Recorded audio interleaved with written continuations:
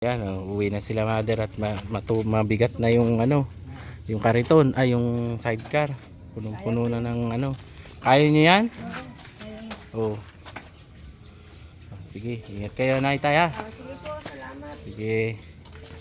Kaya mga katropa marami tayo na ibigay na kalakal ako.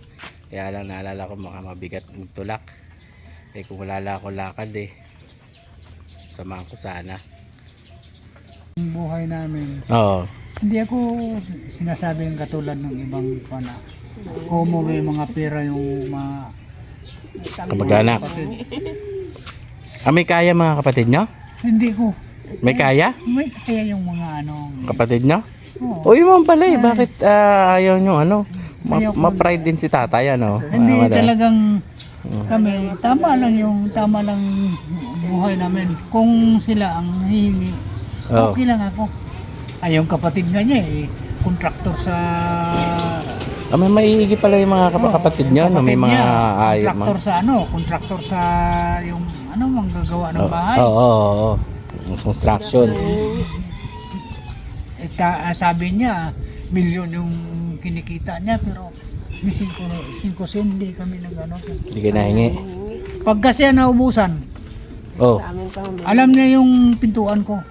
Sa totoo lang, mamatay man ako dito sa inuupuan ko. Ibig nyo Pero sabihin, yung lagay nyo yan sa inyo pa manghihirap, yung pinagmamalaki niyang 1 million na income sa kontrata. Sabihin ba niya sa akin nung magaling pa ako, mag-iinuman kami. Anong panahon na kalakasan nyo pa? Makalakas ba ako? Oo. Sabi, ganon, si manong nila, kukunti daw ang kinikita dahil wala namang abilidad na Trabaho. Kaya sabi ko, ang sagot ko naman, itong trabaho ko, ganito lang ako, pero permanente, malinis naman ito. At saka wala akong amo. Oo. Sabi Sarili ko, nyo yung ang amo ko, oras nyo. ang pera ko, amo ko. Ako naman ang amo ng pera ko. Kasi kayo ang masusunod. Ako masusunod Kung anong oras ako umuwi. Ngayon kahinaan nyo na. Napunta pa rin ba sa inyo? Siyempre. Napunta pa rin? Pagka wala ng pera. Nakakaalala? Alam nila yung pintuan ko. Kaya sinasabi ko nung... Dapat pala pag wala akong pera sa inyo ko utang. Hindi naman pala kayo dapat bigyan ng marami palang ipon. Kahit na pa paano, ipon, pakunti-kunti. At saka kaipon din kami ng... Kasi pag walang pera yung kamag-anak yung kontraktor na 1 million ng income, naaalala kayong puntahan. Sigarilyo, kape. Sigarilyo, kape. Yung ayun nga. Bakit malapit lang ba sa inyo yan? Malapit lang. Kaya naaalala kayo pag wala siyang pera. Kaya nga sinasabi ko nung bayaw ko nung asawa ng kapatid kong bunso, nandyan ngayon sa amin. Ako nagpapakain, kami dalawa. May kasama kayo ngayon sa bahay? Nagtatrabaho kasi sa Amaya. Ngayon may kasama kayo? Di tatlo na kayo doon? Nandyan umaakyat sa amin dahil ang kapatid kong bunso. Kapatid niyo yun? Ang asawa niya, bayaw ko yon. Ang asawa niya, kapatid bunso. Bunso kong kapatid. Dahil 5 kami, magkakapatid. Ako ito, puro babae ito. Itong 4. 5 kayo magkakapatid, kayo lang lalaki. Ako lang lalaki. Nasa gitna kayo. Namatay na yung 2. Tatlo na lang. 3 lang kami, ako na panganay. Ngayon, itong bunso namin, halos magkaugali lang kami dahil Yung bunso kami yung kapatid. Parehas kayo ng ugali. Nasaan yung isa yung kapatid? Yung Tarlac. Ang lalayo pala. Ayun ang mayabang masyado. Mayabang naman. Maniwala ka. Babae yun Babae, mayabang masyado. Biro mo. Mataas ang dahil may naman siya, may abroad naman siyang anak. May mga kaya nga yung mga kapatid nyo, May mga kaya. Amerikano. Pero, nung pagkakuhan ko nito, pagka-disgrasya ko nito, hindi na ako makalakad. Nag-ano lang ako, nagsalita lang ako dahil may cellphone naman kami. Tawag kayo, tawag. Kay Gangga man ang palayaw niya. Gangga. Eh kami, wala na kami bigas ngayon dahil Oo, kapos na. nanghingi kayo ng tulong. Hindi ako nanghingi. Basta Nagsabi lang. Nagsabi lang ako. Pinadalhan ako ng 500. Nung pinadalhan ako ng 500, nasa Laguna siya, diyan sa may kapatid ko. Yung kapatid ko naman bunso, nandun sa Iloilo sa niya, asawa ng anak niya. Nandun sa Iloilo. Ngayon, biro mo, nagkaroon ako ng pera. Then, pinahiram ako ng kapitbahay ko. Sabi ko, uwi ka dito, yung kapatid ko bunso, uwi ka dito dahil para makadalaw-dalaw siya sa akin, kaya wala akong naasahan. Pinahiram ako ng pera sa fan, kaya bakit ang hihingi pa daw ako ng 500? Yun ang sabi ko. Ngayon, sinabihan niya akong simula ngayon. Hindi na kita padalan. Hindi na, huwag mo na akong amiging kapatid, sabi ko. Dahil manluloko ka eh. Sabi pati sa inyo. Pati mga anak niya, ayaw niya patawagan. Sabi ko, ay wala, hindi ba. Di, dumating yung bunso namin, galing Iloilo.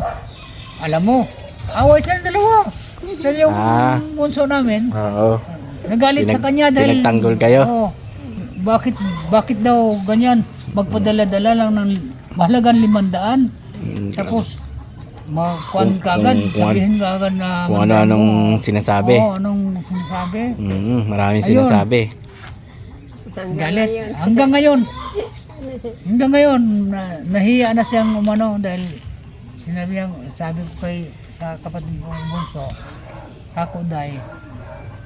Naku, baka mapapanood niya. Si Manang mo dahil. Baka alam nila. Masyadong dahil sabi ni okay lang, tay, mapanood niya. Okay lang. Baka lalo kayo awayin. Niwala ka.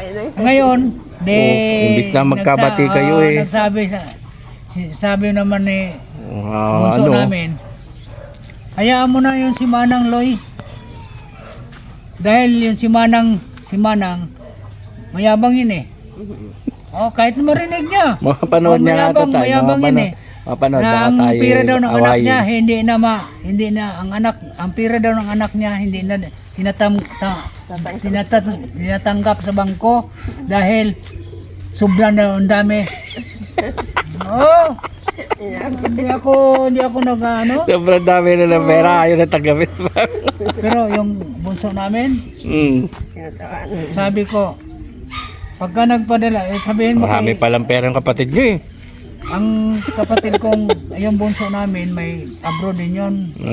Yung kwan din niya, bunso din niya na. Yung kapatid niyong bunso, nasa abroad din. Binabay, Nasa dami ng buhay. Nasa, ano ba yun? Sa Bahrain. Sabi ko sa kanya, Day, sabihin mo kay Genesis, hihingi ako ng kunting pira? tulong. Hihingi akong pira. Sabi pa niya sa akin, ikaw magsabi, Loy. Dahil sa cellphone. Ako, ikaw na. Anak mo yan eh. Kung ayaw mo, di wag. Alam mo, pinadalhan ako ng 10,000. Oo. Mabait yung pamangkin nyo, no? Hindi madamot. Alam mo yung nasa Bahrain, yung bunso ng anak na binabay? Bakla. Ay, check. Papo. Ay, sayang. Papo bata. Pero anak ka diferensya lang sila. Sayang ano. Sayang nga. Dumating yan dito sa akin. Pagka pumasel sila dyan. Yung tinitirahan ko, nakita mo yan? Kunin ka agad yung kuan. Sabi niya kay nanay niya, Nanay, asa na ba yung mga kuan Christmas light? Pangkabit niya yan, panlagyan ng mga kuan, pati yung pintuan na yung kawayan. Nako, nilagyan ng mga dekorasyon, mga bulaklak na mga kuan. Masyado palang ma-design kasi nga meron silahis. Kaya ako kasi kaming mag-asawa, mga kapatid niya, mga kapatid ko, wala akong inaano, pinipigil dyan sa loob ng bahay. Kung halimbawa mag-away kami, sabi ko sa kanila, kung mag-away naman tayo, hindi kasali yung bahay. Kung sa inyo, hindi nyo ako paakyatin. Dito sa bahay ko, pagka umakyat kayo, nagugutom kayo, magsaing kayo, kahit nag-away tayo, kung hindi nyo ako pansinin, sige, sa inyo yun eh. Magluto kayo. Kung magluto kayo dyan, anong kailangan nyo? Kung Pwede, kung- nandyan sa loob ng bahay, kung gusto nyo, dalhin nyo. Wala akong pakialam. Basta ako tanggap sa inyo. Kahit magkasira-sira tayo. Hindi katulad sa inyo na. Okay. Okay lang yan. Okay lang. Mga mamaya, pati ako, awayin. Hindi, wala yan. Oo nga. Hindi, naglabas lang kayo ng inyong Ako hinanakit, kasi, ano, yung sama na loob ni tatay, para gumangin yung pakiramdam niya. Ako kasi, Para ilabas kahit yung na kanyang... paano, basta ako mayroon, wala silang masasabi.